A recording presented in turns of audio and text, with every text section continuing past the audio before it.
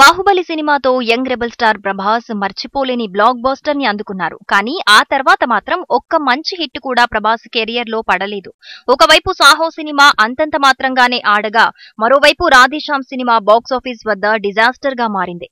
భారీ అంచనల మధ్య విడుదలైనప్పటికీ అభిమానులు సైతం ఆ సినిమాని మర్చిపోవాల్సిన అవసరం ఏర్పడింది.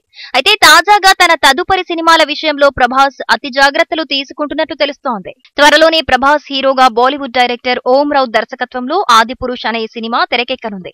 భారీ బడ్జెట్ పాన్ ఇండియన్ సినిమాగా విడుదల కాబోతున్న ఈ చిత్రం తెలుగులో మాత్రమే కాక మిగతా భాషల్లో కూడా విడుదల కాబోతోంది. బాహుబలి హిందీ వర్జన్ లో ప్రభాస్ పాత్రకి శరద్ కేల్కర్ డబ్బింగ్ చెప్పారు. అతని వాయిస్ ప్రభాస్ కి బీభత్సంగా సెట్ అయిపోవటంతో సినిమాకి మరింత క్రేజ్ ఏర్పడింది.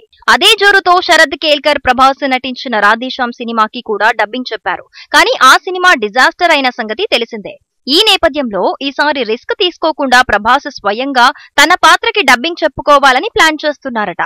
ఇప్పటికే శరద్ కేల్కర్ ఆదిపురుష్ డబ్బింగ్ పూర్తి చేసినప్పటికీ ప్రభాస్ మాత్రం తానే స్వయంగా డబ్బింగ్ చెబితే బాగుంటుందని అనుకుంటున్నట్లు సమాచారం.